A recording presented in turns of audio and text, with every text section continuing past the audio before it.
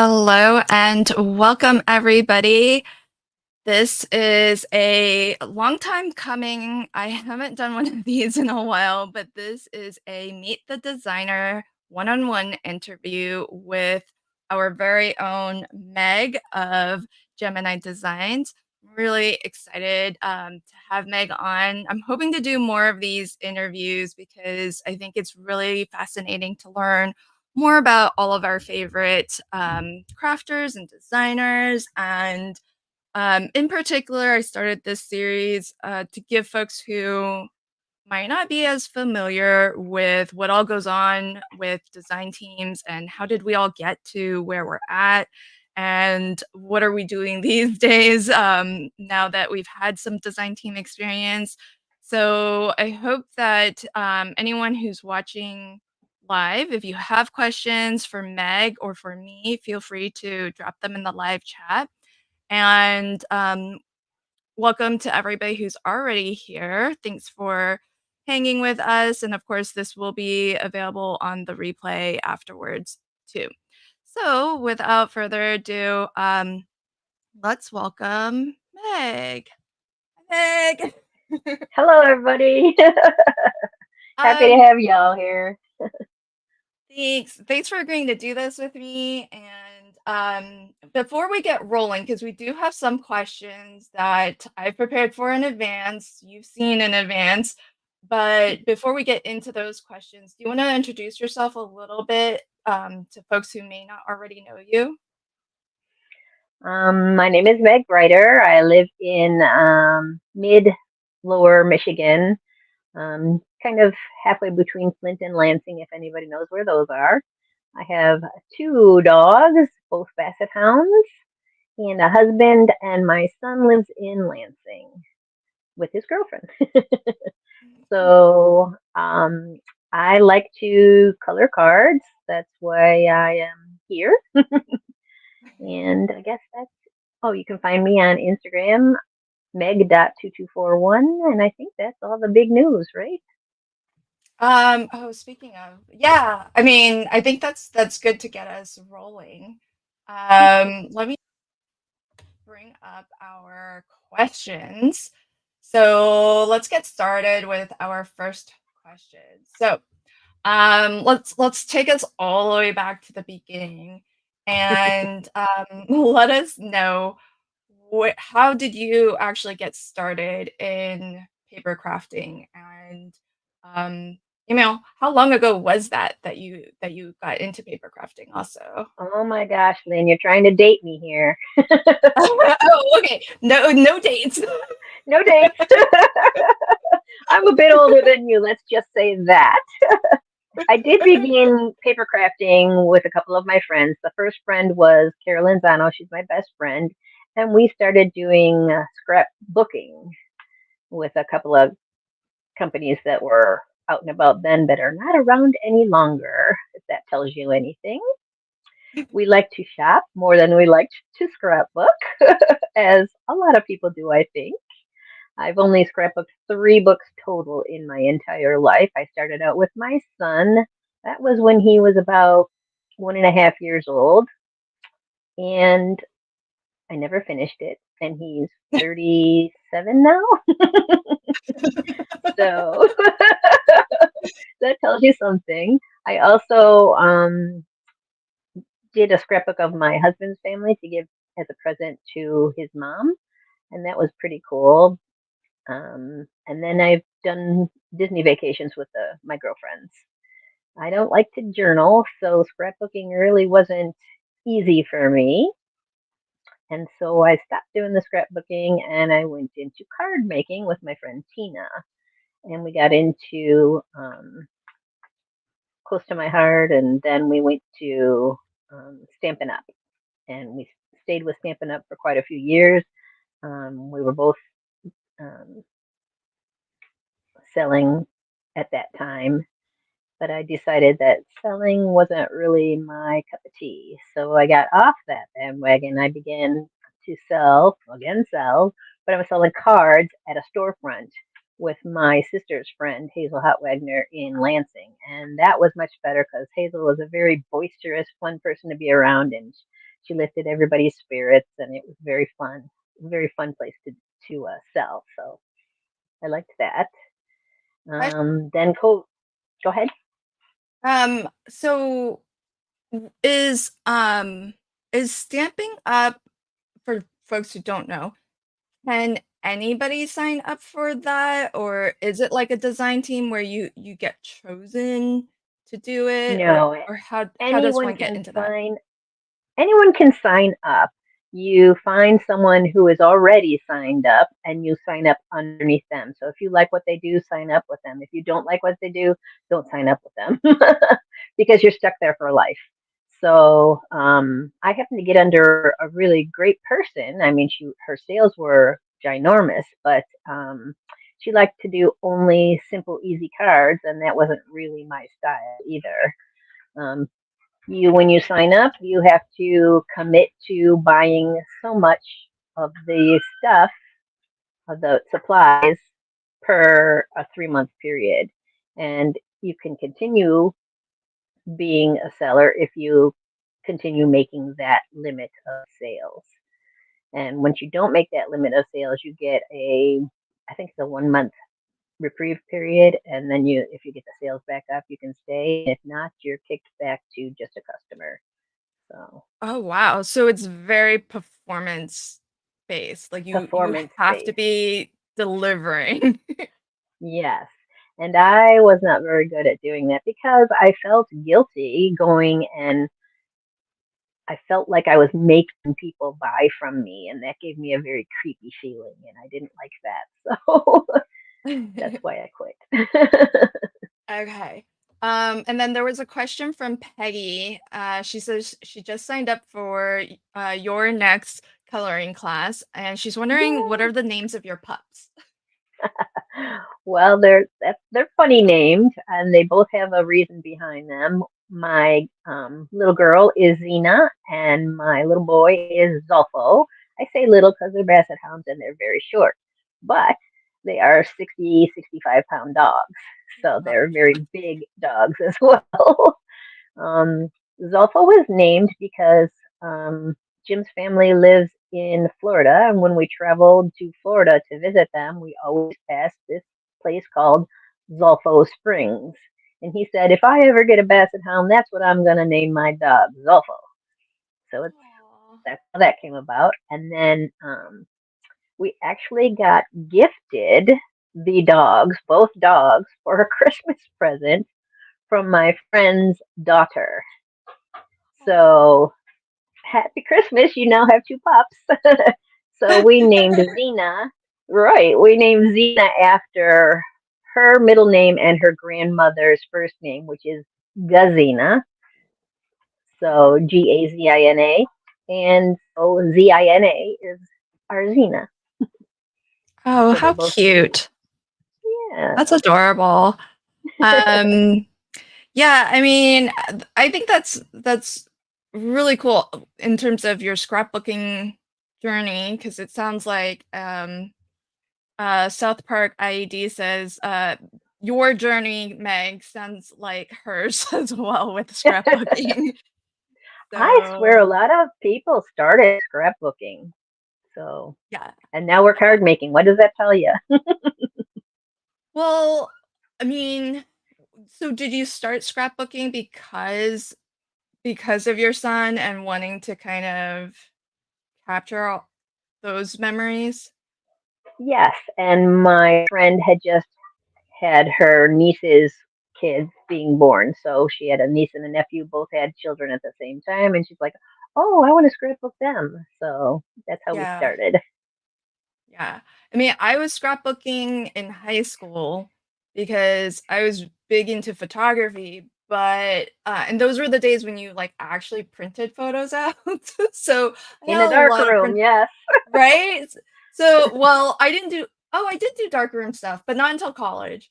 But it was like, what do you do with all those photos? So like I actually have photo albums, but also some scrapbooking kind of stuff too. I have like one, actually. I shouldn't say some. I finished one. Yay, you finished though. I only finished one as well. That was the gift from my husband's mom, not the Oh, others. well, that's awesome. Okay, so I think I cut you off. You were just about to tell us how you got into card making, um, So I was and selling selling them. Yeah. I was selling many things at the shop. I did jewelry and needle felting and card making and all sorts of stuff there because I like to do a lot of things. And then someone said, "Do you have a site online that we can buy it from?" And I'm like, "No, this is storefront is the only place that I sell it." And then I got to thinking, well, why don't I put things online? So I decided to start posting some of the things I did, and I got into it from what is their name? They do a lot of fairy things.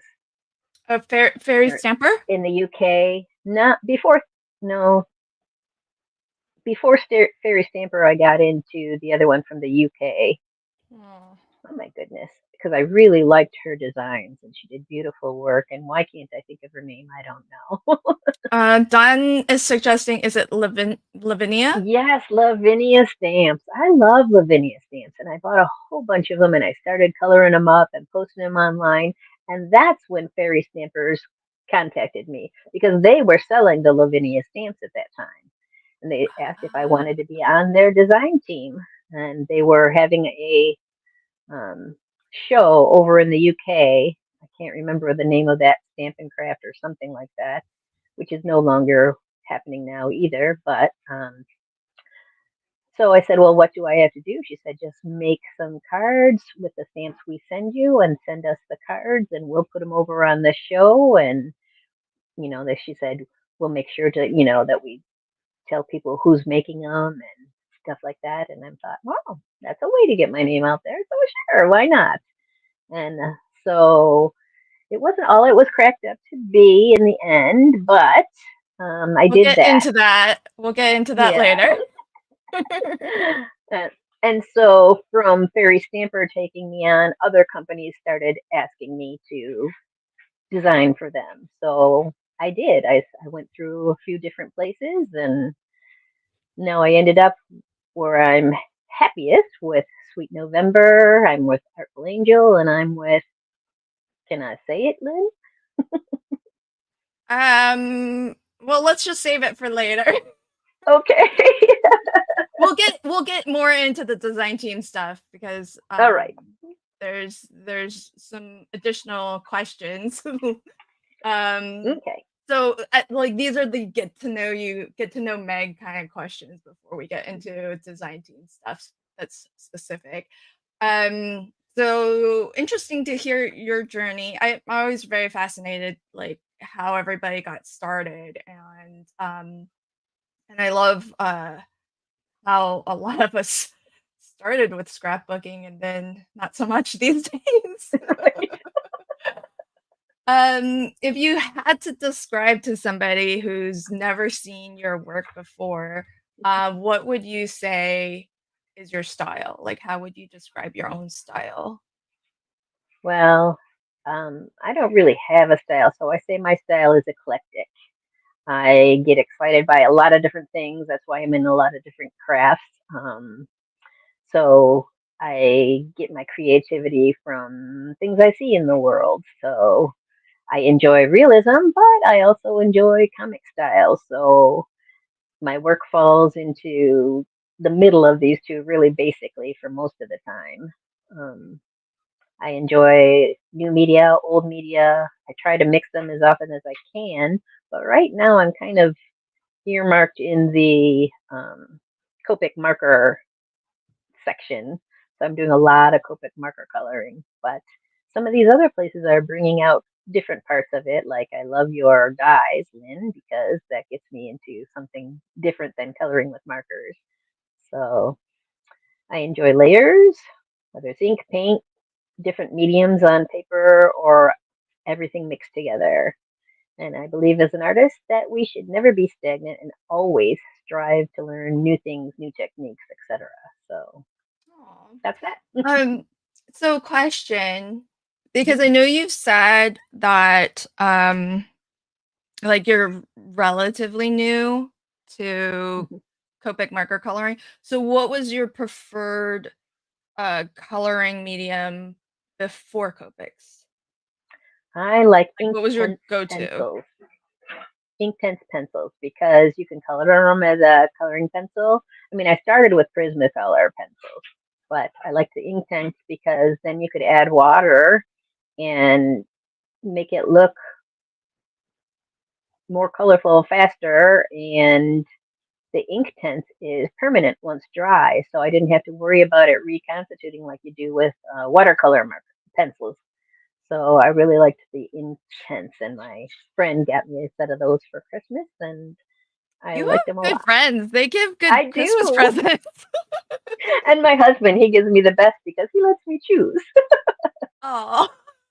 Yeah, he got you the Copics, right? Didn't he get He you? did. Birthday and Christmas. Yep. Yeah, that's awesome. How awesome. Okay. So, um I mean, when I look at your style, I feel like maybe it's the type of stamps that you color. I feel like a lot of it's very fantasy, um, I do like which I fantasy. love. That's my love love. Yeah. Okay, so it Hi, comes across. Sherry. It comes across. Um, I I like it guess. because it's so freeing because you aren't tied to realism or just plain coloring. Fantasy can be any kind of coloring. It lets my Right. imagination go, and I like that. Yeah, there's some like there's a lot of whimsy to your art and your style, which I love. Fabulous. Um, so now let's learn a little bit about your experience on design teams. And so just give us like an overall picture of, just so that we can keep this in the back of our heads as folks are um, learning about your specific experience on design teams. Like, how many different teams have you been on, and how long have you been designing for like company design teams, not just for an actual brand? I think it's about 6 or 7 design teams, and I can't remember exactly. You know, it's a diabetic brain; it doesn't always work. So, I forget what your other question was. Oh, how long have I been designing? I've been designing for about 4 years now. My husband said I started doing it right after I quit my job at McDonald's. Whoop, whoop. And that was just as COVID was really coming on strong. And Oh he said my he didn't gosh, want me working there. has it It been has been 4 years. 4 years? Wow. COVID's been That- around too long now, don't you think? That's wild. I guess, yeah, you're right, because that was around 2000, the Hmm. beginning of 2000, right? Oh man. Um that's a shocker. That okay, so that was with Fairy Stamper, right? Was Yes. your first? Fairy hugs. Yes. Oh, okay. And then Very hard. I think Artful Angel was no, that wasn't Artful Angel. It was you were on this team, and they do a lot of different companies within the Oh team, and yeah, now I can't remember the yeah. name. I know which one, but we don't have to name them. We don't have to name them. Okay, all right. Yeah. So it sounds like you've been on teams for maybe a handful of years, a handful or so of different companies. I think that's just good context for us to keep in mind. So you kind of went into this a little bit, but can you tell us what made you decide to actually join a design team? Yeah, I'll have to say honestly, yeah, it's the free merchandise and the bit of kudos they give you for your completed artwork. So I did like both of that. I really didn't know or understand what a DT was when I started, or what to expect, or even how to, you know, post anything. So it was really a huge learning curve for me. Um, I was not in that group of people who know it coming out of the womb, so computers are still a mystery to me. I So, try to ask my son things, but that doesn't work. yeah, so question on that. Like, and maybe we'll get into this a little bit, but were you already on social media, at least as a consumer of social media, like looking at Instagram, even if you weren't posting on Instagram, like looking on Facebook, even if you weren't really posting? Not before this, not before Lavinia. Well, once I saw Lavinia's stamps, I started watching her videos and got Oh, into everything then. So just okay. decided that what she was doing was cool, and I tried to do the same kind of things and different things, and that's really what started me. And wow, it sure has blossomed from there. Yeah, I mean, Danny commented earlier that she says you've come a long way in a short amount of time, which absolutely. Um, and Jess says joining a DT is a great way to get started and build up supplies. Yeah. Because you do that is the primary compensation is, the free products. So, Yeah, if they paid us, that would be nice too, but they don't. yes, and that is something that is, I mean, we can dive into that a little bit. So, do you feel like, um, what are your thoughts on how designers are compensated as part of their design work? Well, I do like free merchandise, but you don't get to pick it. So it might be something you're not totally interested in. But I decided a while ago to embrace that and say, well, how can I make this mine? Even if it's something I really don't wouldn't have chosen for myself, I try to make it mine by adding, fancy colors or different techniques to it to make it something I'm proud of. So, Yeah, yeah, very cool. So, what is, I mean, I know you've already kind of mentioned that you didn't really know, you know, the world of design teams and what all would be expected or involved, but having now had that experience, what would you say was your favorite thing about being on the design team that you did not expect? because it took me so long to figure out what a DT really consists of. Um, I didn't really, at first know why I liked it, but I do like it. I like the like-minded crafters, that the people that are willing to help and support you, and tell you what's good, what's not as good, what you need a little bit of work on. I enjoy that. I love that feedback. And I wish more people would be honest enough with you to say, if you did this, it might make it a little bit better. But I was so lucky to have my first DT coordinator, I think they're called, the people who are the head of the DT team. She was so kind, so helpful, helped me with all the computer stuff, everything. So I really, really enjoyed that. And I decided that if all DTs were like that, what's not to like, right?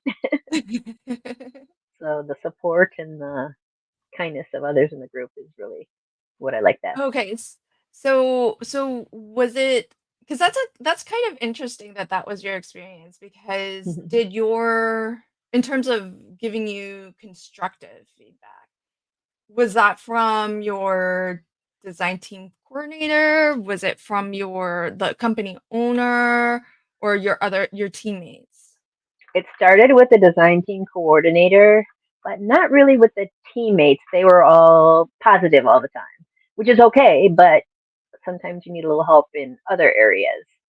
And my design Yeah. team coordinator, although she never said anything bad, she did say, um, like I didn't know anything about lighting pictures or anything like that. So she helped me out in that area and suggested things I could do to make the lighting of the photographs better and, make things look better, adding things to the background, which I don't do anymore, but stuff like that to make the photos look good.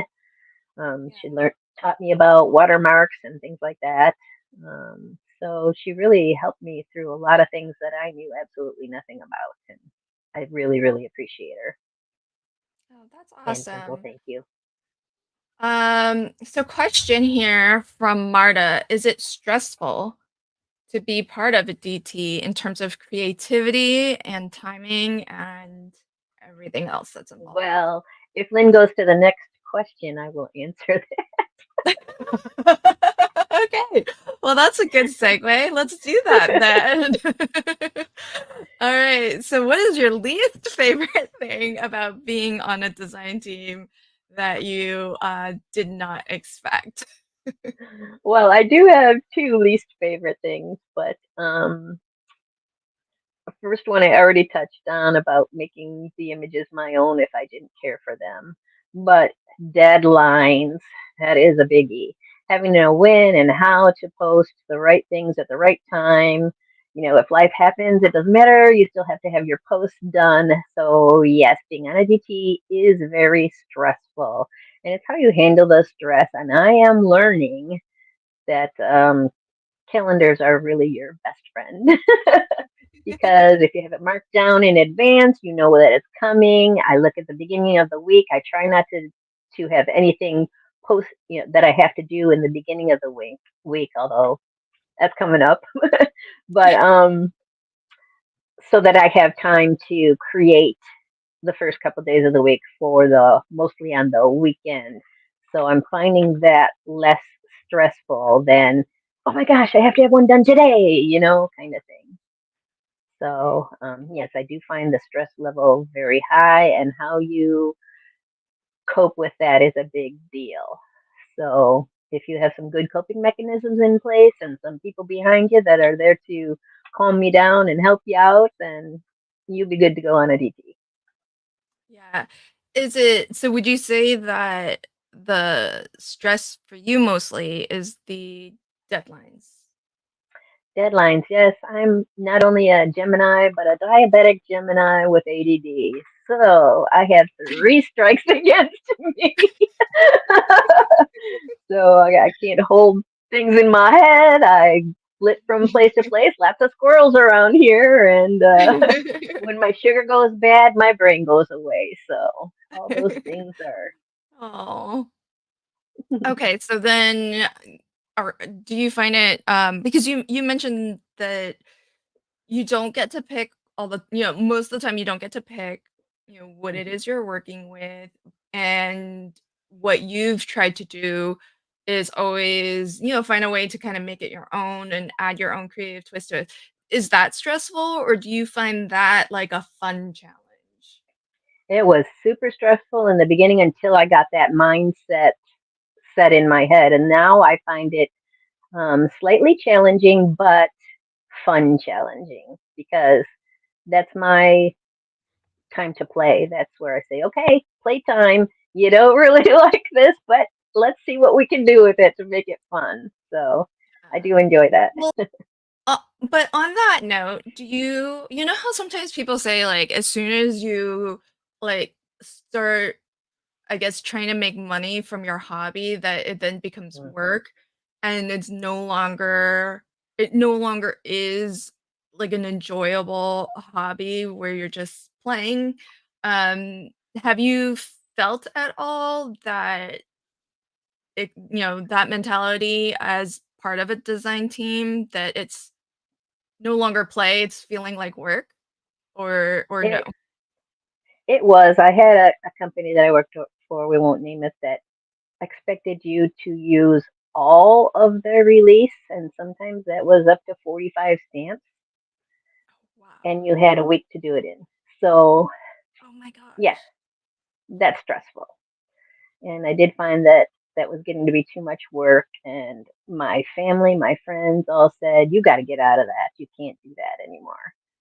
Yeah. We see the effect. So you need Yeah. to change something. So Oh, I did. yeah. Well, I'm glad that you did because, yeah, we Yeah. kind of all need to find our limits, right? hmm And for So when, everybody, it's different. right. And so, being on a design team doesn't mean that you have to like be there forever. You can Right. always step Because away. they do usually make you sign a contract. And I say usually because some people don't, but and you have to be careful about what that time frame is.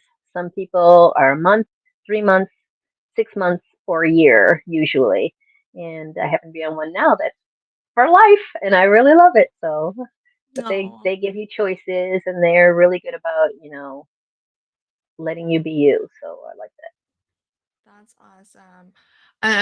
Just a quick shout out to Michelle, 'cause I think she's in Florida. So for everybody who's in the Florida area, I hope you're all staying safe. I know Milton is on its way, and it's supposed to, I think, be a big one. So be well, Michelle, and anybody else who's in the past, because that's a scary, scary thing, especially one after another.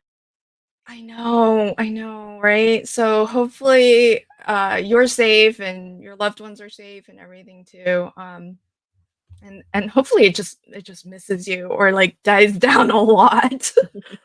um so yeah, so that's pretty incredible though, like just to hear about the like the difference between the experiences that you've had on different companies. So, Yeah, because 45 stamps in it's a a lot. release is a lot. That's a lot. Some of them, So, I could put together on a card, but I did have to use all of the stamp sets.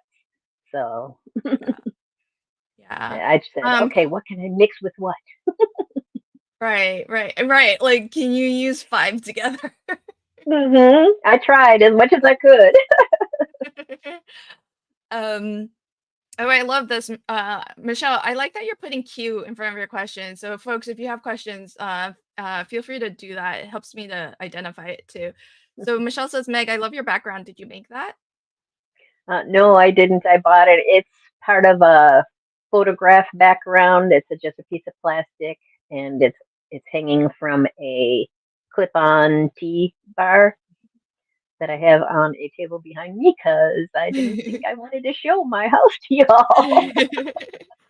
It does look like kind of your mixed media kind of My style, style, yeah. though. That's why I picked that one. Not only is it turquoise, but it's my style, a little rough and rugged. I love it. I love it. Fabulous. Okay, um, so then, having now kind of heard a little bit about what your favorite thing is about design team, maybe what your least favorite thing is. How would you describe your most ideal design team? Like what are you Mhm. looking for nowadays? Well, Now that that you've had a few years, a couple, 3, 4 years under your belt, like what are you looking for now as you think about whether or not you join a team? that's a pretty big question, and at this time, as of now, um, I do like the helpful DT coordinators still because I am still not very good at computerese. Lynn helps me an awful lot, and I'm sure that's a drag on her, but she's really, really helpful to me as a friend, and I appreciate you a lot, Lynn. I mean, a lot. So that's part of what I would like to have in a DT coordinator, someone who's also willing to help. Because anybody can make cards, right? We see them everywhere, but not everyone knows how to do that behind the scenes computer shenanigans, as I say. we have to create a we have to create as a DT member beautiful presentations of the cards, and they have to post well, and they have to be on all the different social platforms, which I'm still not good at. I'm really interested in learning how to do videos, and Lynn's helping me through that, but I still can't do it by myself yet. But um, so another big thing is patience. Someone has to have patience with me. Um, I know that because of my age, I don't learn as fast as some other people because of my sugars and all that kind of stuff. I'm not a slow learner, but I also am not a fast learner in the fact that if I have to remember a formula or, something like that, I have trouble with that. But I've always had that because of my ADD in my whole life in school, etc. I always got good grades, but once it came to the formulas in math class, no, I couldn't remember one of them. So that tells you a little. Another thing, I never learned how to do multiplication tables, same kind of thing. But so, anyways, so people who will give you friendly reminders on what you're posting and when you're posting, that's good. That's also a GT coordinator job. And I guess the freedom to choose. I am on a team that I love, love, love, and they have a series of stamps and or digitals that they put out at a time, but they let us pick how many we want out of all of those to create with. And I have decided that Oh. three or four is my limit, so I pick three or four of what they are presenting, and I design with those. Oh, okay. So that's kind of nice to have.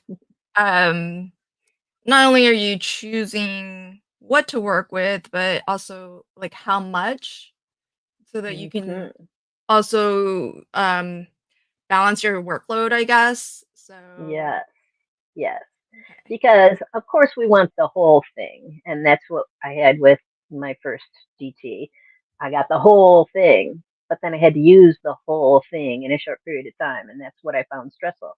Now I get to choose how many I want, and it's not as stressful because I know I can finish that amount in the time allotted. So Right. Okay. That's I wish all cool. GTs did that.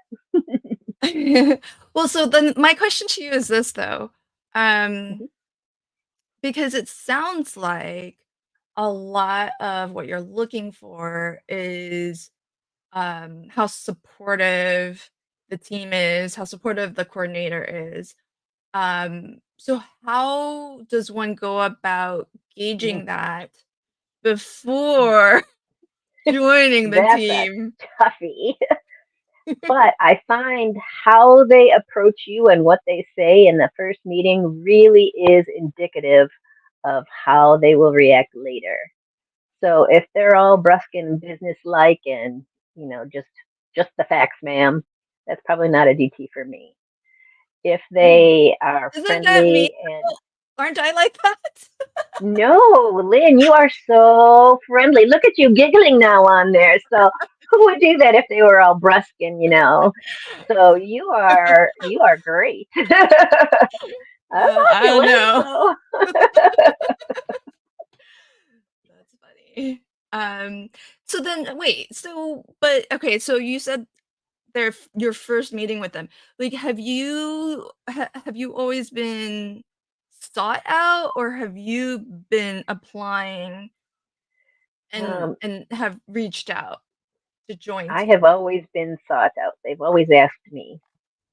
So I Wow. don't know what the other end is like, but when they come and they ask me and they say, we have this and we'll let you choose, what you want to work with. And, if they're all nice and friendly and willing to work with me, then heck yeah, I'll do it. So I get a lot of guest appearances that way. So I Yeah. like that too. And a Okay. That's lot of people awesome. have asked me to stay, but I can only handle so much. Guest appearances are good. I can put those in almost any time. But if Right, right. if I'm adding another whole full DT, it's going to get me back to that stress level. So Yeah. Okay. So you don't generally apply to teams. You just I have never applied to a team. So Oh my I don't gosh. know how it works. I don't know how it goes. I don't know how you would figure out how to apply for a team. People say there are websites that show you, but I don't know where to find I those either. I love so Don's comment is it's because you've got talent. Well, thank you, Dawn. People Love people ya. are people are flocking to you. I wouldn't say we are flocking, but people are still coming. So Um, so Don also says, I feel like it would be tough to represent with something that didn't really interest me. So why not choose what we would love to use to represent the company? Yeah, exactly. yeah. I But as mean, I said, I if it's something that you wouldn't choose for yourself, make it something that you could be proud of. Make it something that is yourself by yeah. medias or, colors or whatever you want. There are ways to make something that you don't care for into something that you really do enjoy.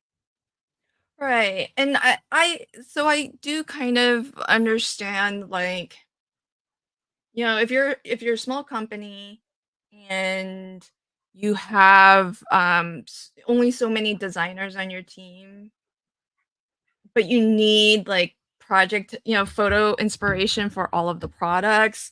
Um, like you kind of need everybody to do a little, to pitch in, Right, right? And with that right, effort. And so it does kind of make a little bit of sense why sometimes you don't get to choose because, uh, the company doesn't have like much right. option. They don't have a So choice either sometimes. That's life. yeah, That's why you have to deal. That's where some of the stress comes in, but it's, as I say, it's how you handle it, how you make it your own that makes the difference. That's what I right. recommend to everybody. So Marta had a question for me. She says, Lynn, do you have a class on how to make videos?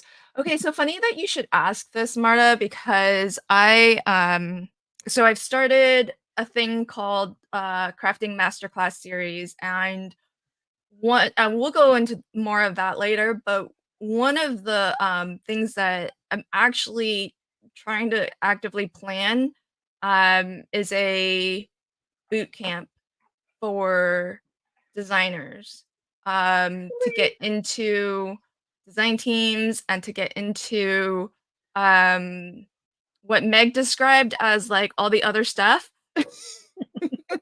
So, you know, like the things that are not about making your talent and making cards and projects and whatnot, but like all of the social media stuff. So the short answer is no, but the longer answer is maybe someday. um and then Marta's question to you, Meg, is do you also receive free products as a guest designer? So have you got like with Yes, those guest spots, did you get free stuff? yes, I've always gotten free stuff. Sometimes it's only a digital, but most of the time you get product. So that's cool. Yeah, that's awesome. And Danny, this is good advice from Danny. She says, that's why you should really love the company, just as their style in general, because then, chances are you might love some things more than others, but hopefully you're like more towards the love than Yeah. the other end of the spectrum. So, oh, this is a good question from Michelle. Meg, where do you get your ideas and inspiration from? Oh, I get that. Like I said in the beginning, I get it from everywhere in the world. I really love the great outdoors. I really love, I mean, even the minutiae of the great outdoors. Like if I see a raggedy old mushroom or something, that's some of my altered artwork, if it's, peeling and like the boards are peeling back here, that kind of stuff fascinates me.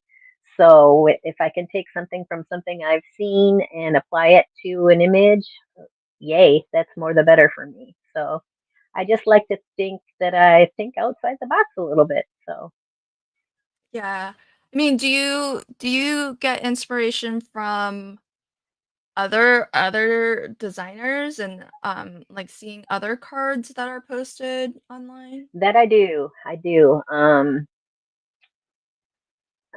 a little more talk about that later too, but one of the things I am coloring up soon is actually from inspiration from another designer on one of my other teams, and I really enjoyed what she did, and so I made it my own.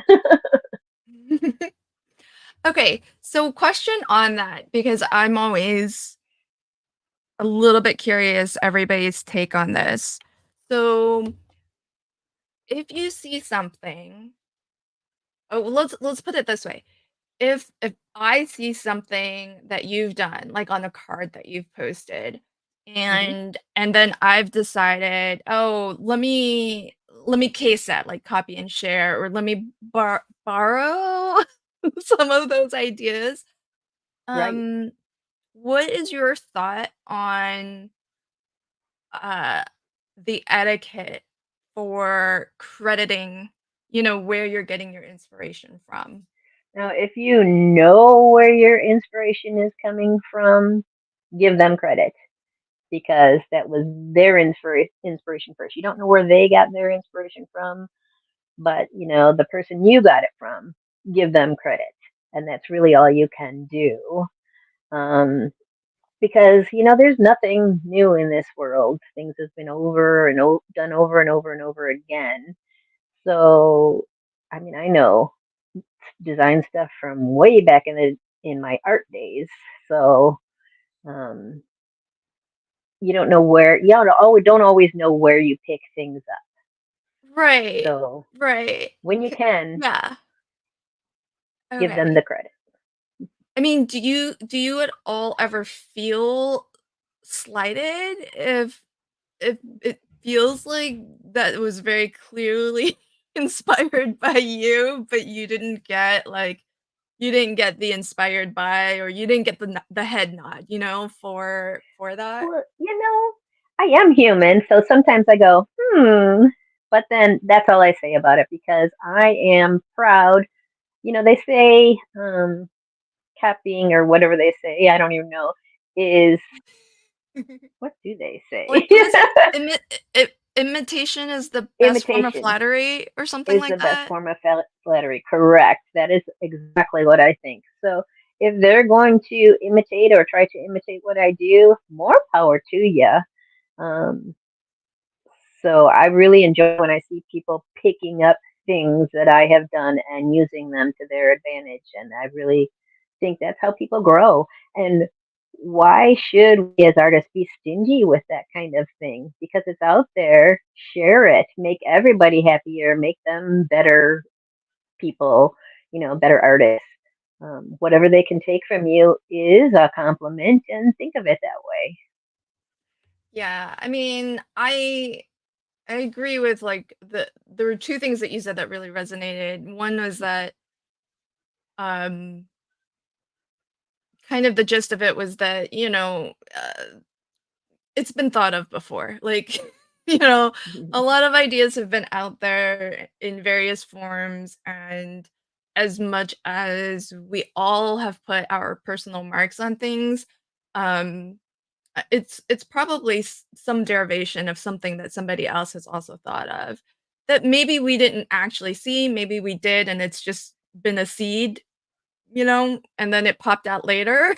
so you don't Exactly. so personally, I don't ever care. Like, if somebody has done something that I feel bears a remarkable resemblance, um, I don't really care, but I mean, I know that, you know, um, for other people, that's kind of a big deal because maybe that's like their thing, that's their brand almost, or that's um kind of, what they want to be known for, and so it does make sense, that they want to get the credit for it so that more people can discover them as the source, Mhm. which makes sense.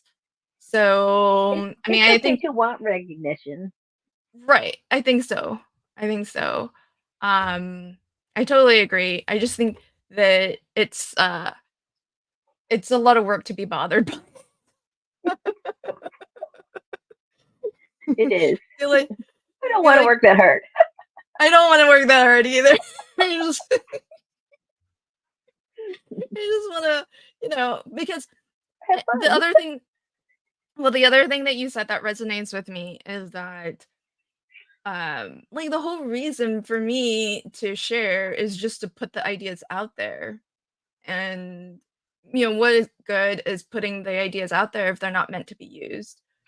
Yes. So, I'm with you on that. I mean, I think you articulated it much better, but I got the gist of it. Surprise. Yeah. Usually it's the other way Um, around, Lynn. So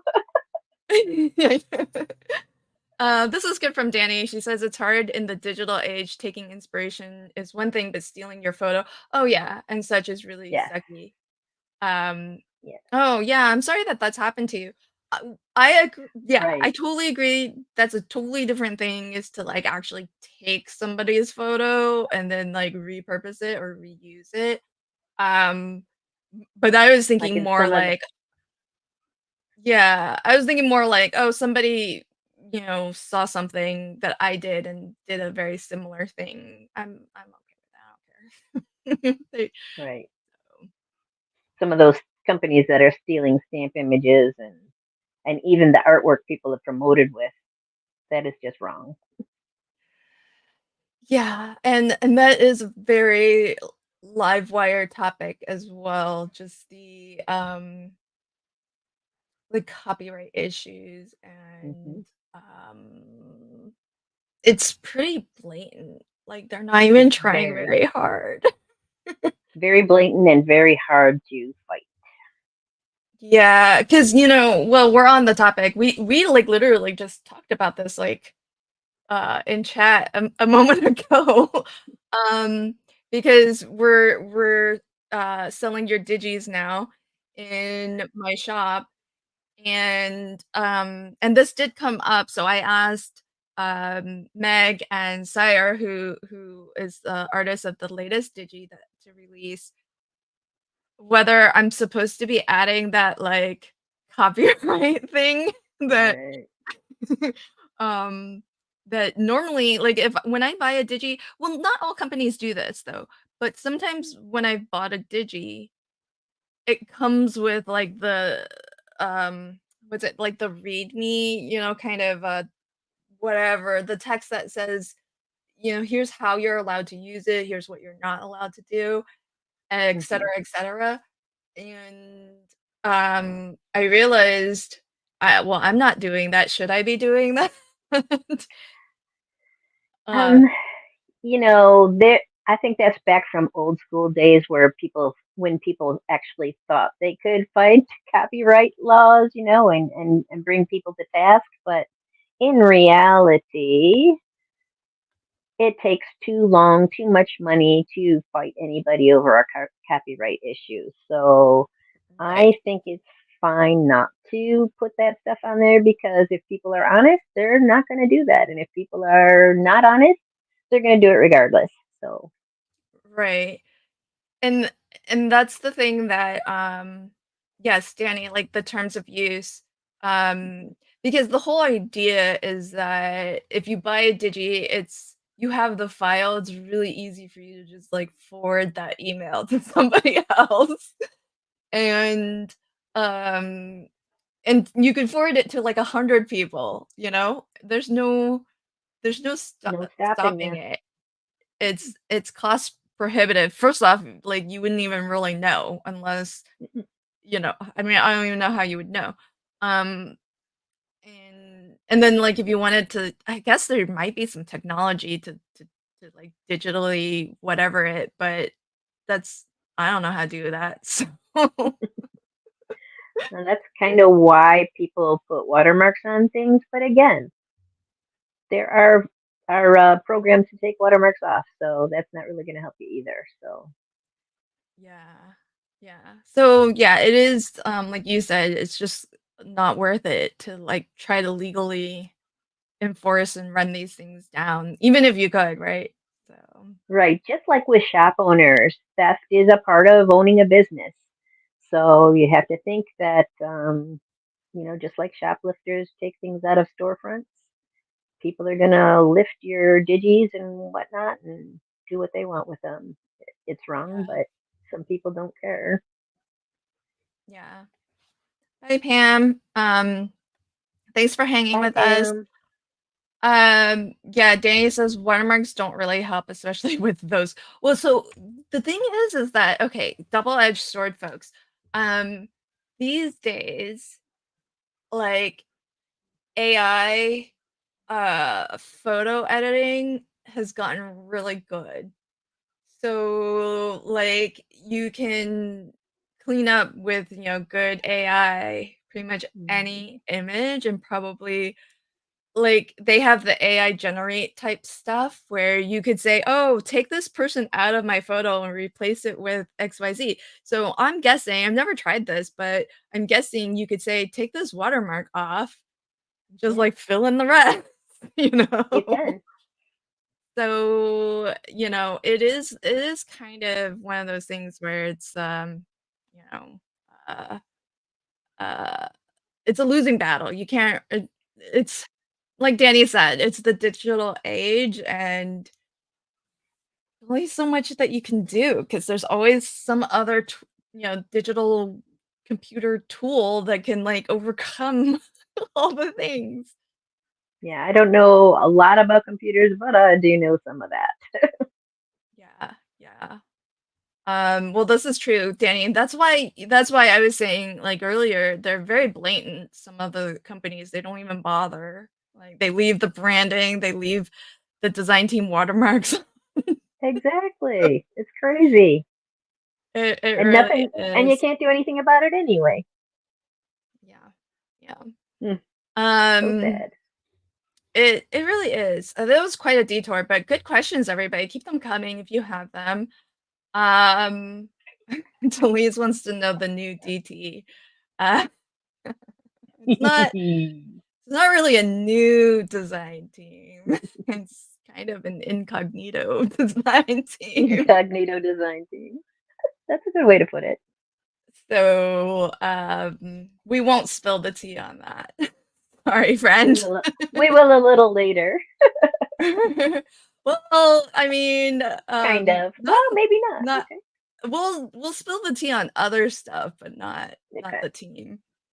Okay. Um, okay, so I think this is the last question in our planned questions, but I do have some more follow-up questions after this. But um, for anyone who's out there who is a card maker, paper crafter, whatever, if they're thinking about exploring the idea of design teams, maybe trying to get on one, what is your number one advice to anyone who's considering joining a design team?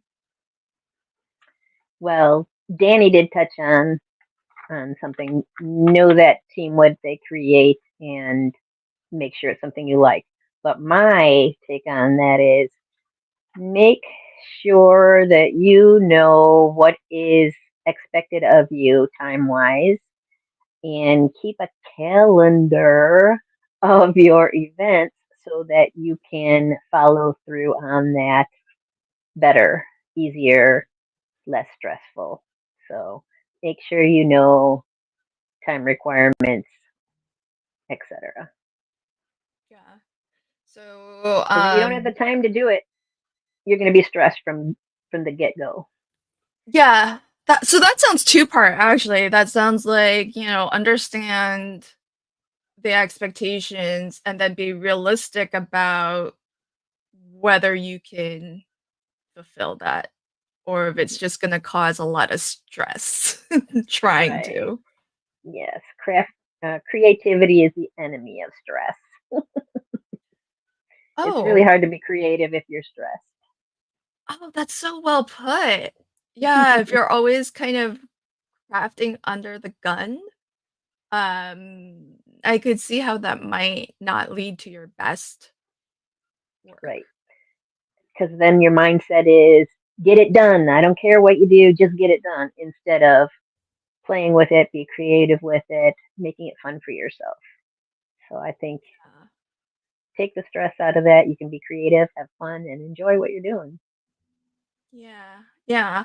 Um, Yeah, that's fabulous advice. I love that. I mean, I think for myself, um, I think the biggest thing is I think everybody needs to be honest about what they want to get out of a design team experience, and for everybody that's going to be different. So, and it might evolve as you, a creator, evolve as True. well. And so I think one of the things that I've learned is in the beginning, getting the free product was like awesome. It was like, oh great. Now look at how much money I'm gonna save because I'm getting it for free. Um, but the reality is that I think I spend more now because Everything that goes with that. Yeah. well, so it's twofold because it's, the one thing is, your point, it may not have been something that I would have purchased anyways. So I'm still purchasing the stuff that I would have bought before. So it's not like it has replaced Right. my where I'm spending my money. Um, I mean, because a lot of times, um, we would not have necessarily spent that much money, but then so that doesn't really stop our spending all that much. And Not then the right. other thing is sometimes on some teams, you kind of have to stick to the things that they have. And some companies are really good about letting you use other brands and stuff like that. But even when they do, I still sort of feel like I want to support what their brand is if they have it. So I have like, I don't know, 4 different sets of nested circle dies, which a Oh, circle is a circle is wow. a circle, right? Yes. But if I'm making a video for Spellbinders, I like to try to make it using their circles. And would anyone know the difference? Maybe not. Probably not. Only from the packaging that you bring out. If you don't bring out the packaging and you just bring out circles, they're never Right. gonna know. And I don't always bring out the packaging because a lot of times for my videos I have everything pre-cut. But I still use their thing even if it's not shown in the video. Yeah.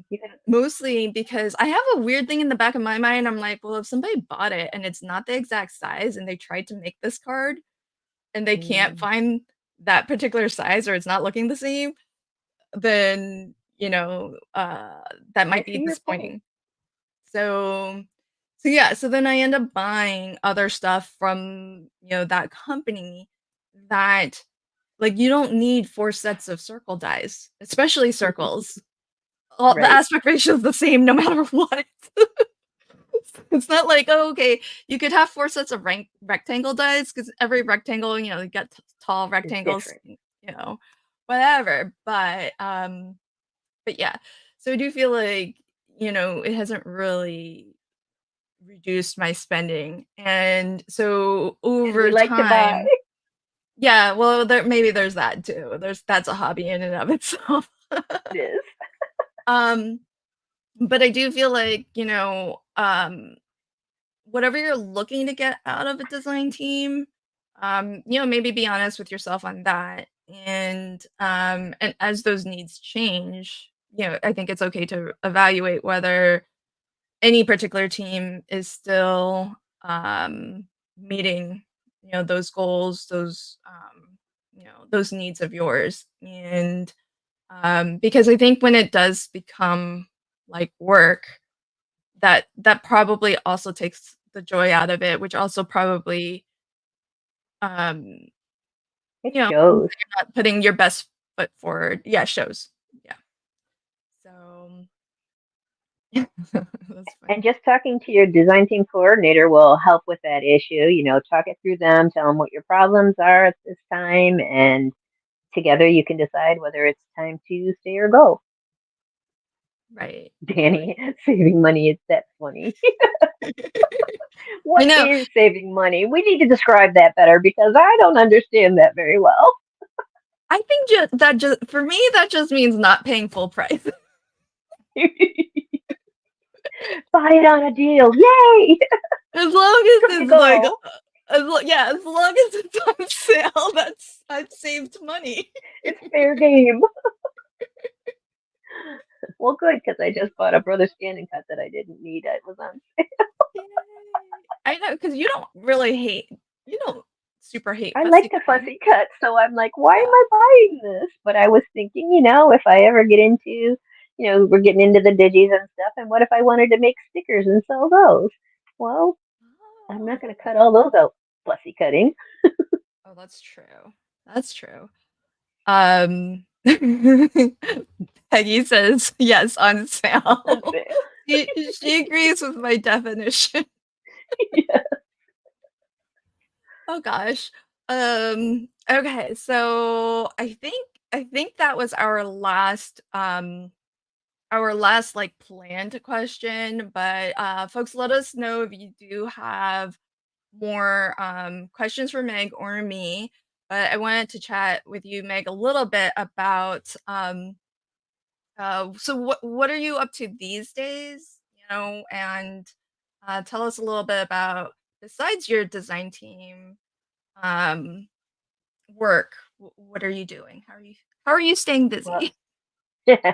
besides my design team, I am doing coloring with Meg classes with Lynn.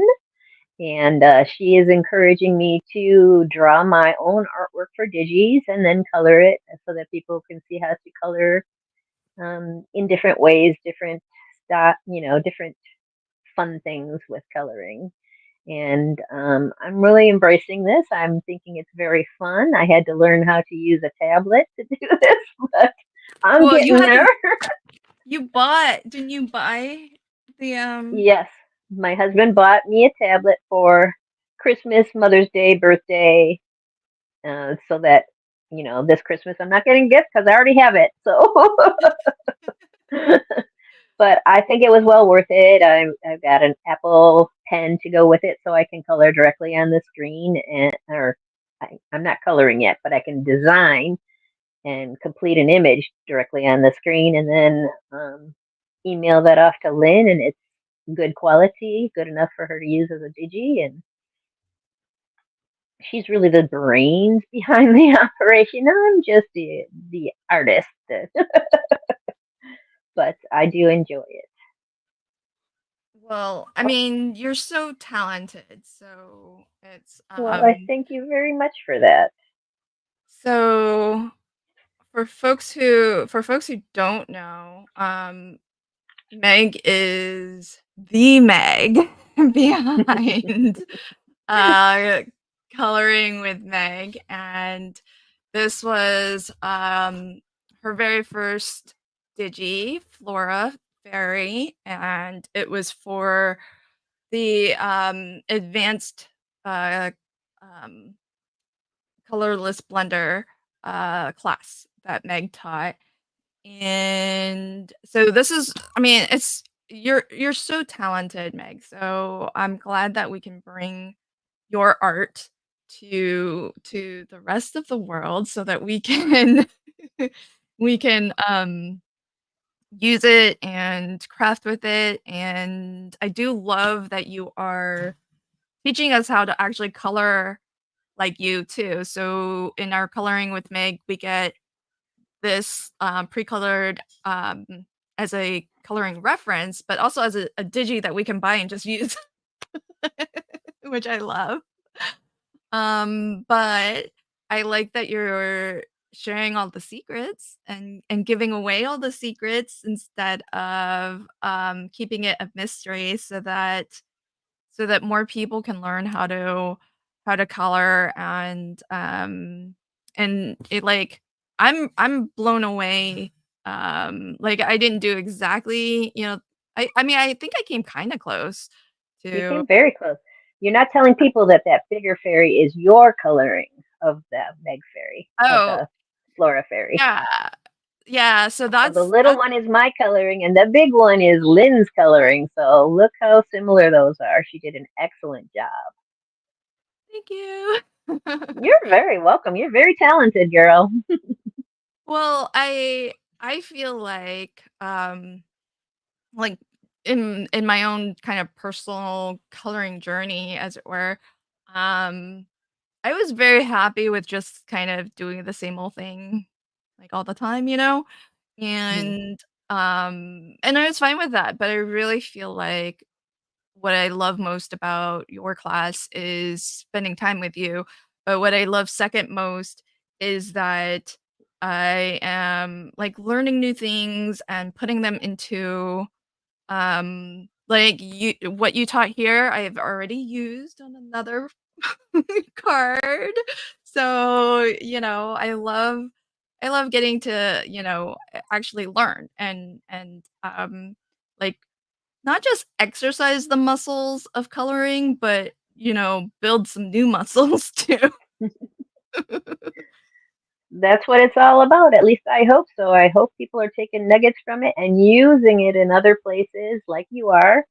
So I think that's the fun for me is seeing it being done elsewhere, that they are learning and growing and using what I'm showing. So I'm not really, I guess I'm not really teaching, but I am showing different ways to do things, and I find that fun, Yay. Well, rewarding. I think you're Pass tea it forward. I yeah, I mean, I think you're teaching. I mean, I'm learning loads, so I feel Oh, like you're good. definitely teaching. Thank you, Liz. Do you wanna tell us about your next coloring with Meg class? Yes, we have a new artist on the block for us. He's not new to art, but he's new to coloring for us.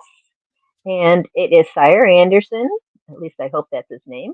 And Yes. he drew up these gorgeous little Halloween critters for us. And the black and white is the digital you will get, as well as my coloring of said digital and Sire's coloring of said digital. So you'll get 3 digis out of this class, plus the how do I create this these fun effects. So I have a little bit of patterning. I have some see-through with that skeleton, and some words on a T-shirt. Just to add fun, cool little things to your images to make them fun. So I highly recommend the class, the new artist. I think it's going to be fun, and that is coming on the 20th. So what's the date today? Today is the 9th, and you have one more day, folks, to get those digis in that class for free. For free? Yeah, Yes, for free. free. So 100%. And 100% free. so for folks who are interested in, and I'll show, I mean, this is going to be shared tomorrow, but here's a sneaky peek of my coloring. Lynn's coloring, yay! So I used the alcohol, the blend. Well, I used a spritz of alcohol marker to do the lifting technique that Meg taught in the last class, and so that was a lot of fun. And I'm trying to get real quick to the class. Should have asked you for that earlier. Oh, Can you tell folks about the code and to get the free yeah, class? the code is all in capitals FREE-SEJR. Free Sire. Free sire. We don't actually get Sire, but we do get his images. We don't. Oh gosh, that's so funny. All right, I think I have the link here. Um, so there it is, folks. That's the link to the class, and it's Meg's affiliate link. So even though it is free, please still use Meg's affiliate link because the link will set a cookie for Meg. And if you happen to purchase anything else from my website within the next 30 days, then she gets a nice commission from that. So that's for the this this digi. Wait, I thought I had oh, this. That's for this. And Meg already mentioned it, but in this you get you get so you can get the digitals outside, like just the digitals by themselves. by themselves, and there are 3 individual digitals that you can get. The black and white, the pre-colored by Meg, and the pre-colored by Sire. So those are all individual if you only wanted that. But why do that when you can actually get the Halloween Pals class? Because the class comes with the free color along with Meg, and if you've ever done a color along with us, if you've never done it, then what you get is 2 coloring pages, one that has a color reference and swatch bars if you want to swatch out your colors. And the other one just has a larger version of the image. So you get 2 coloring pages with the class, and you get all 3 digis. So the class comes with the digital files, which are PNGs, so that if you tend to work with a lot of PNGs, you're probably familiar with how to make scenes with them. And if you had landscape or whatever, you can put them in front of the landscape and all of that good business. So the course has both. And and so you should have that. Marta, am I supposed to receive an email to download the images I already registered? Yes, when you ordered, you will have received an order confirmation that has the links to download. And when you log into your account on my website, if you go to your account page, there should be like a menu button for downloads. But you can email me offline if you need, and I can help you troubleshoot with that. Delise says, See, "What?" Lynn's very helpful. Sorry, um, Delise, Sire is not free. Sire does not come with the class. Just for point of clarification. um, so let me show you what that looks like. So for folks who have not browsed my website, so this is the course page. This is what you'll see, and so Meg will teach us how to color this up. And I told Meg earlier I didn't realize just how much she did to the image until I looked again at just the illustrated lines because Meg added a lot. Like all of these little details, like the little graphic tee with the words, the bats on the little sweater. I actually thought that was stamped like that. I thought it was solids, Oh, and I was like, "Oh, that's so cute." I didn't realize initially that you added all of that, like even the striped leggings. Really fabulous. thank So you. so regular price is $24 for the class and for the 3 digital illustrations, but Meg shared. Oh, I should write that in the chat. Let me write it in the chat, the code. So for a limited time, we do have a code free sire. Or did you type it in already? No, you did. That's good. Okay, there it is. So grab that for free while you can. Help spread the word if you can, because Meg and I both really enjoy doing these coloring with Meg classes, but we understand that not everybody can afford all the things. So when we launch a new class, we like to at least give you a code to get it for free. But our hope is that people will pay for this so that we can like, Sometimes.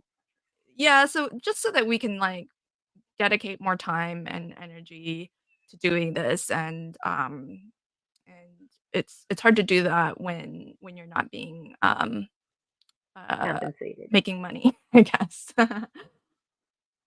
Marta asked, Meg, will you be using Altenew alcohol markers again for this one? Maybe in the future, but for this one, no. This one I'm using Copic markers. I had to go to my fallback because I was doing fun things. And I know the Copic's a little better than I have a bigger range than I do in the Altenew. So I wanted to do some fun effects because that's what the class is about, exploring fun with your markers, and use Altenew if you have them, use Olo if you have them, use whatever you have, colored pencils, whatever. You can do all of that with these effects still and learn and have fun. So what you have, use. So Delise is wondering, when is the class again? It is So the class it's always noted on the course page, October 20th, 2 p.m. Pacific. And then Peggy says, why can't we just share?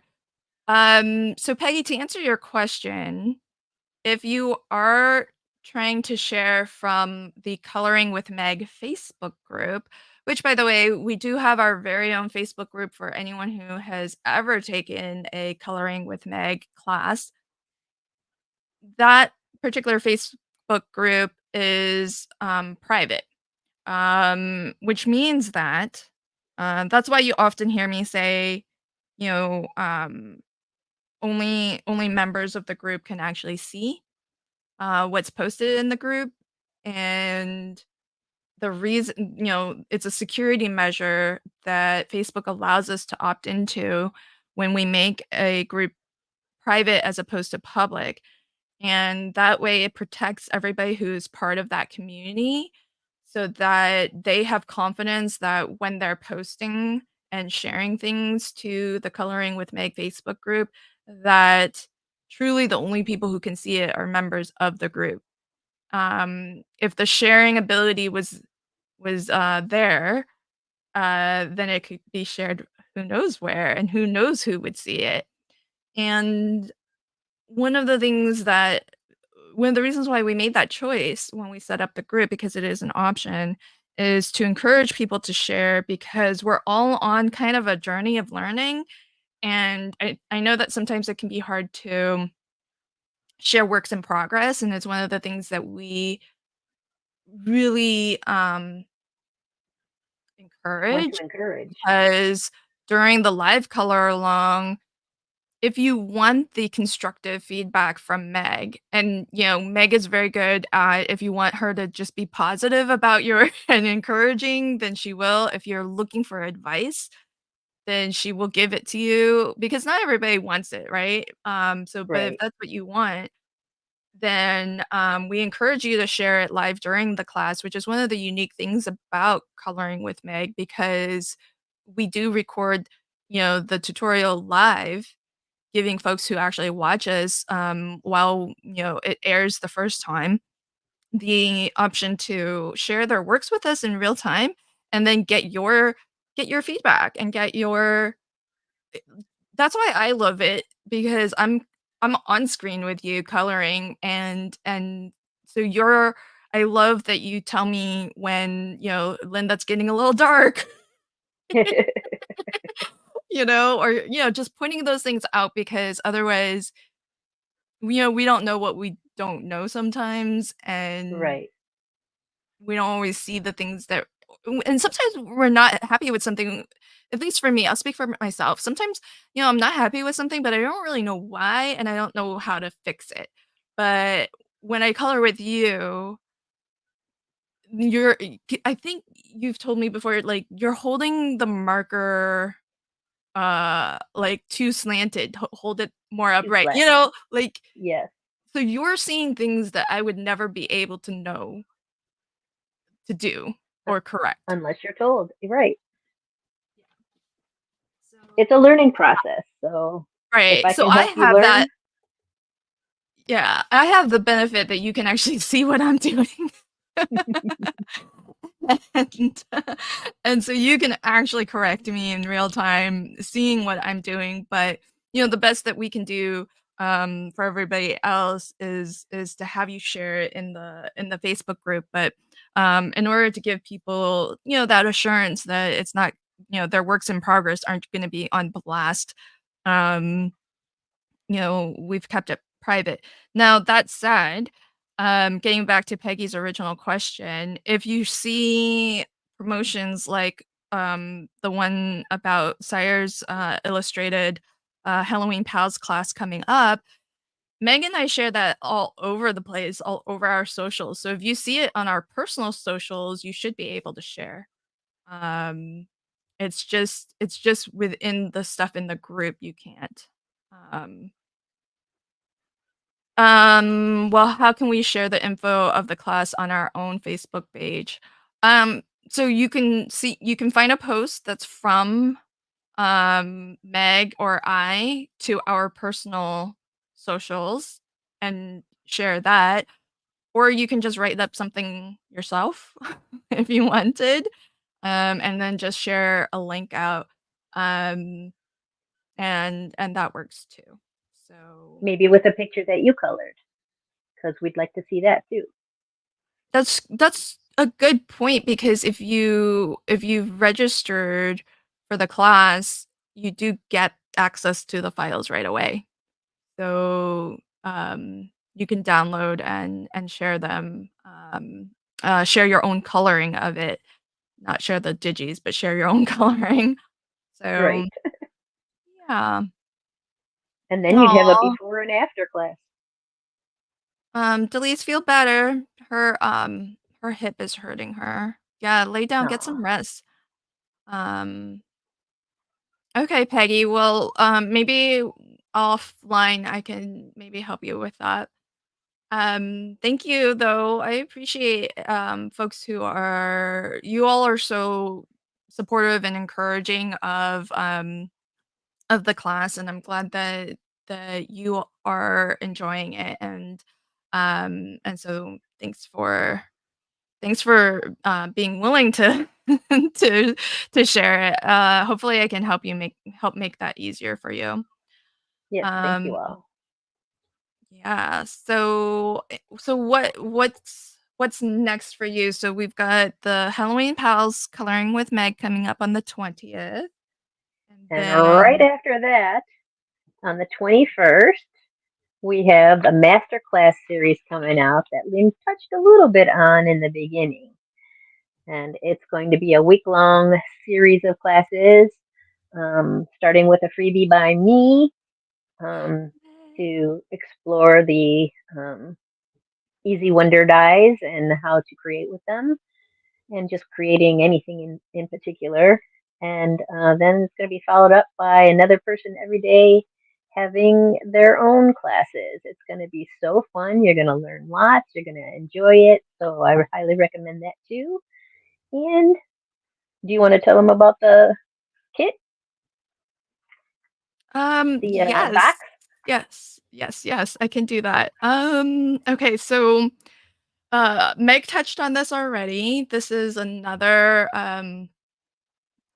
series of online classes that I am putting together. So we've got Coloring Meg as a one type of online course or class, and my Crafting Masterclass series is my next sort of type of class.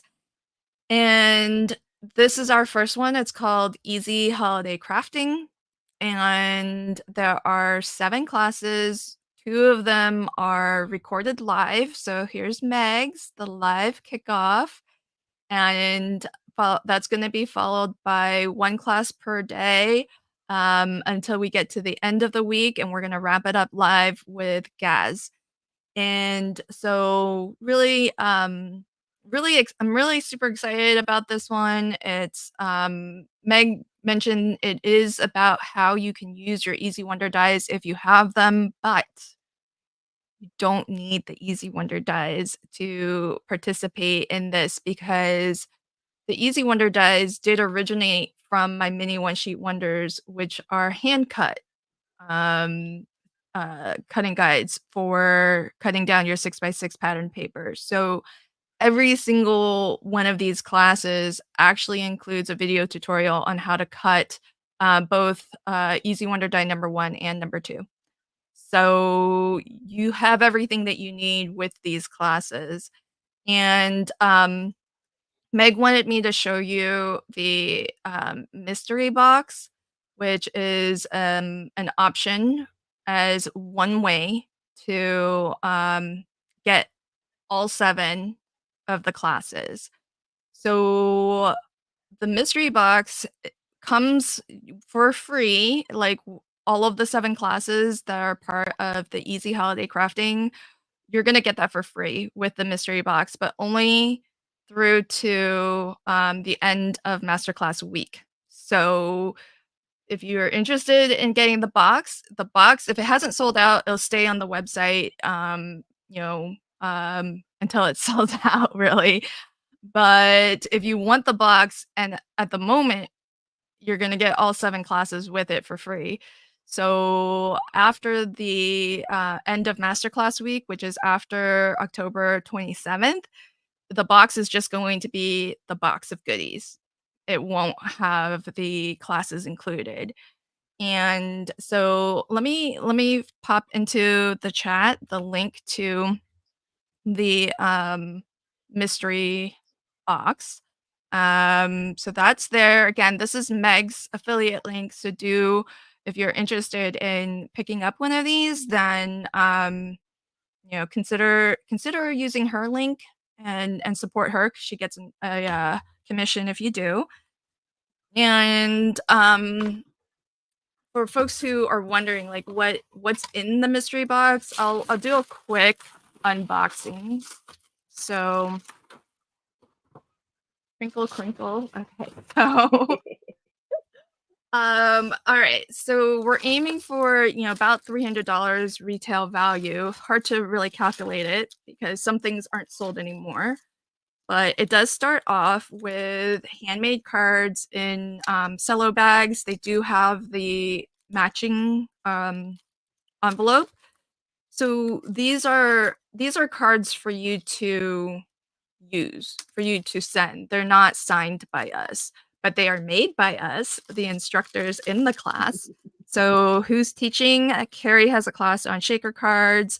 Yvette has a class on gifts and decorations. I have 2 classes, one on mask card making, and I'm doing a flip class.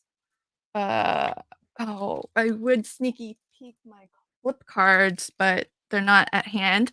And then Meg's class, I'll let Meg tell us about it, but I really feel like her class is one of the most valuable just because it's how to make cards just in general and like how to come up with your own layouts and composition, which I feel like is so valuable because it's not how do you make this one specific thing, it's how do you actually approach your card making and how do you figure out what is a good layout? So I think that's going to be a very valuable class. So the mystery box comes with some cards made by the instructors for you to use or regift, whatever you'd like. And then we've included dies, mostly new, never used. Most of them are going to be in their original retail packaging.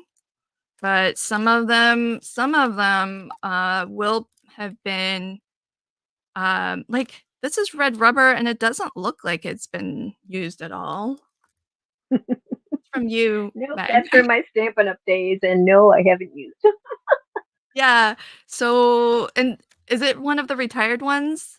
Or Yes, yes, those are retired for quite a while. yeah, so one of the great things is that you might be getting things that, aren't available for sale anymore, which are a real treasure.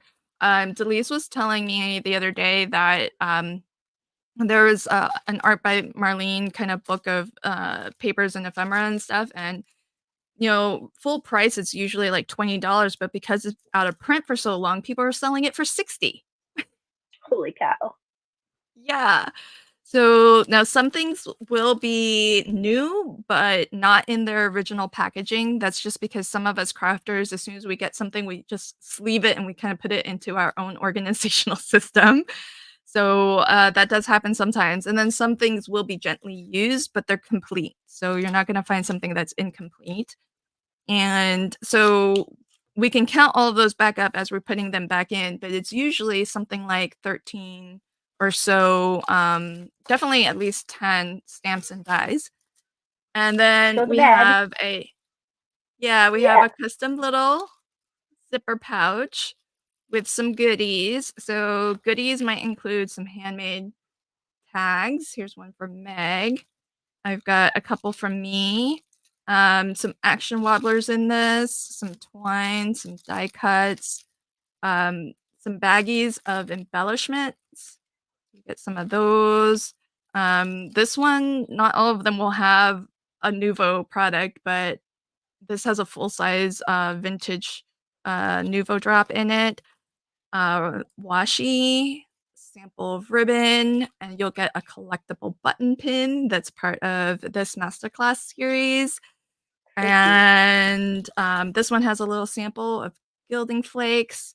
So, this even has like a little sample of sequins too. So, lots of little goodies in here. And then there's also, I won't flip through every single, but you get the equivalent of 2 full 6x6 paper pads. So in total, it's 48 sheets of pattern paper. They may not all be double-sided because they're all from different brands. And you'll get at least 4 sheets from each paper pad collection so that, if you're crafting, you kind of have a few sheets from the same collection. That way you can coordinate. And there's brands like Not Too Shabby, Cat Scrappiness, Bo Bunny, Echo Park, Pink and Maine, Concord Ninth, Reverse Confetti, My Favorite Things, Graphic 45, donated by Meg, Basic Gray, donated by Meg. So I don't know. I would hoard Basic Gray if I had it, so I think it's fabulous. I do. So that's 2 full paper, the equivalent of 2 full paper pads. 1, 2, 3, 4, 5, 6, 7, 8, 9, 10, 11, 12, 13 stamps and dies of various sizes, various brands. This is a great way to explore different brands. And then you get a handful or so of handmade cards from the various different instructors. So that is on sale, available on my website. The link I just shared is Meg's affiliate link. So Thank you. if you're inclined to make a purchase, do use her link so that she gets credit for that.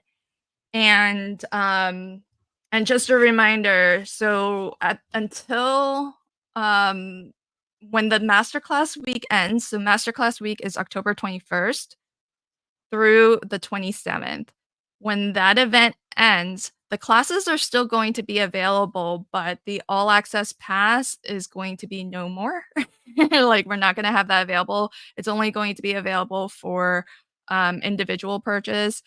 And as well, the mystery box will just be the goodies. It will not include the all of the classes. So at the moment, I think the best way to get the classes is to get the mystery box, because you're getting the physical goods and you're getting all 7 classes.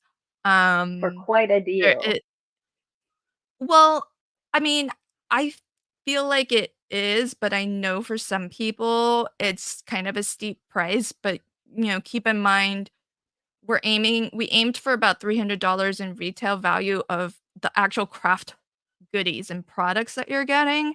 And then it's $175 in online courses from the masterclass, and the price is $115. So, it's a good deal whether whether or not the classes are coming with it, but it's an even better deal now while the classes are thrown in there for free. And once the classes are done, prices go back up. And speaking of, so if you're not interested, just FYI, if you don't want the master class and you're not in a position to pay, Meg's class, Meg's class, because it's the live kickoff, here it's totally free right now. So you can actually enroll for Meg's class. Again, all the prices and all the discounts, they all go away after masterclass week. So enroll now. This one you don't have to pay anything for. And you can enroll for absolute free for Meg's class, which is the kickoff live stream, and for Gaz's class, which is the wrap up live stream. And Meg, do you want to tell us a little bit more about your class specifically? What are we going to learn? Well, well, there's actually quite a bit to learn, but mostly it is how to go about designing a layout for your cards. And this can be for any kind of project, actually. And it shows you how to divide a card, what kind of layouts you can use.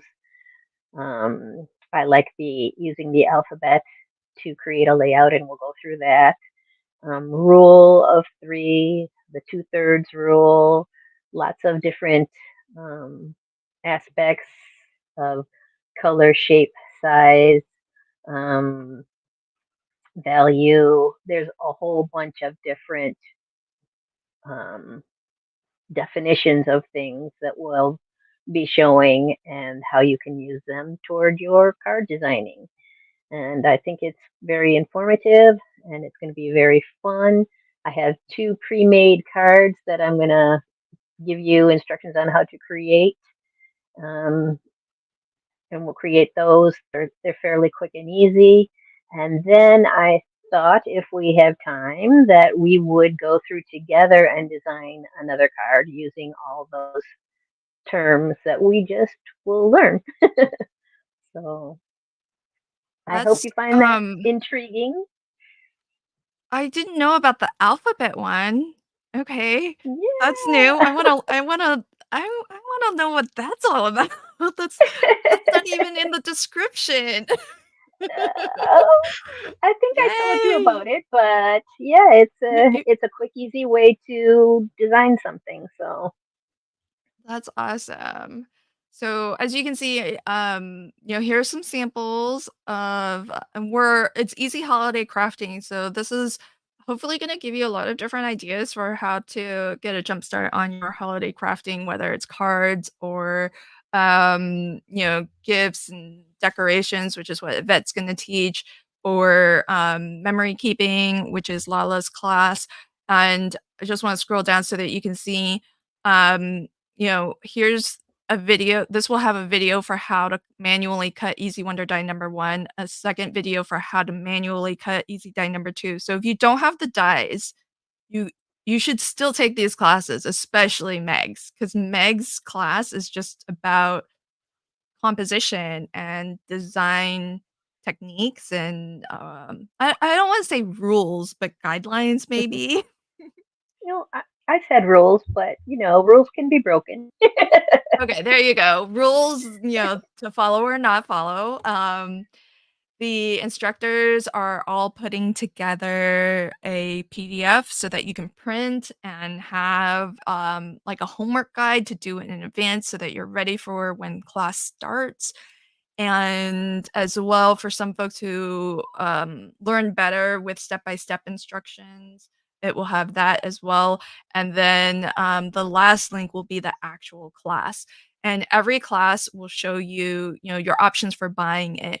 So you can always get the class by itself, kind of a la carte. You pick and choose the ones that you want to get. Meg's is completely free right now until the 27th. You can get the all access class, which has all 7 classes for a super reduced price. This option goes away after October 27th, or you can get the mystery box, which has the goodies. I showed you a sample box. Every box is completely different, by the way, because it's a de-stash from all of us. So it's our um, things that we've gotten that maybe we haven't crafted with, and so we'd rather it go to a nice home and get used Yeah. than to continue to sit in our own craft rooms. And so no 2 boxes are the same. And at the moment, we're throwing in for free the all access pass, which is all 7 classes. Again, after October 27th, this just becomes the box of goodies. So right now is kind of the best time to get these 2 paid options if you have the budget for it, if you feel so inclined. But I definitely think everybody should sign up for Meg's class because it's free. You don't have to pay anything. Aw, You don't need a coupon code. It's already marked down for free. So just do that, and and then you'll I think your class is so valuable because of how your that topic can be used for everything. So I there's hope so.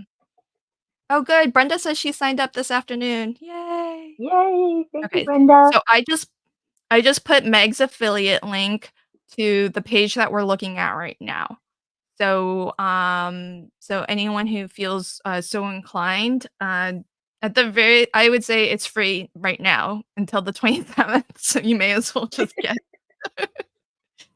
And all of the classes, they have a live airing of them, but afterwards, they're going to be um, on demand for you to watch and come back and rewatch whenever you want. Meg's class as the kickoff and Gaz's class as the wrap up, it's actually live. The other 5 classes are pre-recorded. So what's great about Meg's class is that being that it's live, we can ask her questions, we can give her suggestions. It sounded like Meg's got something fun planned where maybe we get to make something together, so it's a lot more interactive in that way. The other pre-recorded class, they will air live for the first time, and those who join during masterclass week will get the benefit of having the live chat in the community, and the instructors are going to all try to be there for their own class, so you can ask questions of the instructors. But you can still register for the class afterwards. It's just not going to have that live chat. That's just for the launch week, the masterclass week. So, thanks, Meg, for You're teaching this welcome. class. I'm Yay! I'm very, very excited for it. Me too. I think it'll be super, super fun. I think the whole Um, week is going to be fun. oh, thank you. Well, I'm excited because it's something new, and we already have the next one planned. And so our next masterclass is masculine makes, so that's going to be a really fun one. Something we struggle Um, with. yay! Wait, just signed up for Meg's kickoff class. Yay! Yay! Thank you, Peggy. Thanks, Peggy. Peggy's so fabulous. She's such a great She supporter. is. She's very good at supporting us. Yes. We appreciate you, Sherry, Peggy, so much. yes, we do for sure. Sherry, this is a really, really good question, and I should have mentioned it if I didn't.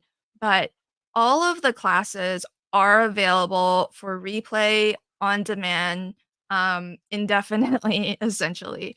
So if you cannot be there for masterclass week when it has its first airing, where it shows for the first time, then don't worry. You can always come back to the course page. once you've registered, and you can just watch the recording of it.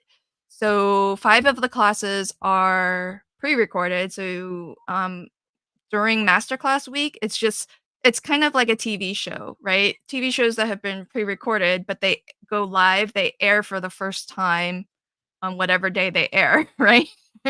So this is kind of the same thing where masterclass week is an event, October 21st through the 27th. So Meg is kicking off our fabulous event with an actual live kickoff. And she's going to teach us, and that's going to be real time live. There's going to be one class per day for the next 5 classes. Those will be pre-recorded. And so and then we're gonna wrap up on the 7th day with another live, real-time live, with Gaz. But all 7 classes are gonna be available afterwards, and you can watch them as many times as you want, whenever you want, and, unless it starts costing me, like, a lot more money to, like, keep them on, the storage site that I use, they're gonna be available indefinitely. I might eventually have to retire classes, but we're not there yet. It's really a money thing, folks. I mean, all of this is very expensive to put together as I'm especially for finding men. out in real time. So, thank you for the question. That's a good one. Um, all right. So, Meg, I'm gonna give you the last word here. So, um, is there anything that you want to kind of promote that's coming up that you haven't already promoted? I know we've talked about a lot that's coming up for you, but any last words about design teams or coloring with Meg or masterclass or just whatever you'd like to say to kind of close us out. Well, I think I've already said quite a bit about the design teams, and they are subjective. So keep that in mind. Make sure they're right for you, and don't be afraid to talk to your design team coordinator to find out what the nitty gritty is about the group. You can ask them all the questions you want before you sign up. Do it. Use your right to ask questions. Um, I have a sneaky peek of a new release coming up this weekend to be followed by the actual release the following weekend that I'm really excited about. We have some Christmas coming into to play. And Wait, a I sneaky peek really, we can really, see now or you have to wait till the weekend. Sorry. oh, You have to wait till Saturday for that all sneaky peek. But they're so cute. right. Anyway. um, So, Masterclass is going to be an awesome learning experience. We have so many designers that are known to this group that are really good. So, um, please consider that. And all the goodies don't hurt, of course. We already talked about that. Um, I think that's it for me. Find me on Instagram at meg.2241. And I guess that's all from me for now. Thanks for joining. Awesome. Oh, yes, I forgot. have your Instagram. I didn't pin it, so it's been put into the live chat at some point, but I do hope Oh, everybody pops on looks up over now. to Meg's Instagram. Here it is. Meg on Instagram. That's where she shares most of her projects. And so if you love Meg's art, because I feel like your cards are not just cards, they are works of art. Aw, And thanks. like really they are. I mean, they really, really are. Like I any card that you send me, I feel like deserves to be put in a frame. Oh look, Streamlabs like right on cue just dropped it into the chat. Thanks, They Streamlabs. did. Um so so do visit Meg on Instagram. I hope you check out our next coloring with Meg, which is October 20th, where she is going to color this gorgeous Halloween Pals illustration by Sire. And then following that, do join Meg. She's going to help me kick off the masterclass, Easy Holiday Crafting Masterclass. And that's Monday, the 21st. And be on the lookout for some sneak peeks and some new release inspiration coming up from Meg. Thanks everybody for joining us on this one, and thank you, Meg, for sharing a little bit about yourself and giving us your perspective on card making, paper crafting, and design teams and all the things. Really appreciate you, my friend. Thank you so much for having me, Lynn. I really appreciate this opportunity. Thanks. Thanks. Bye, everybody. Bye.